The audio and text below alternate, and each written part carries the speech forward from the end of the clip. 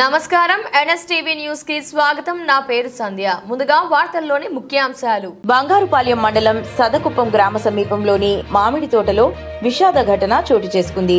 మందు స్ప్రే పనులకై వెళ్లిన కూలీల మధ్య జరిగిన ఘర్షణలో ఓ యువకుడు దుర్మరణం చెందాడు.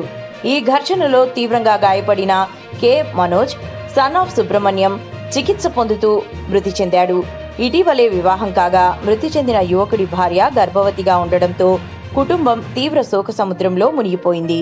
ఘటనా స్థలానికి చేరుకున్న బంగారుపాలెం సర్కిల్ ఇన్స్పెక్టర్ కత్తి శ్రీనివాసులు కేసు నమోదు చేసి ఘటనకు సంబంధించిన అన్ని కోణాలను విచారిస్తున్నారు.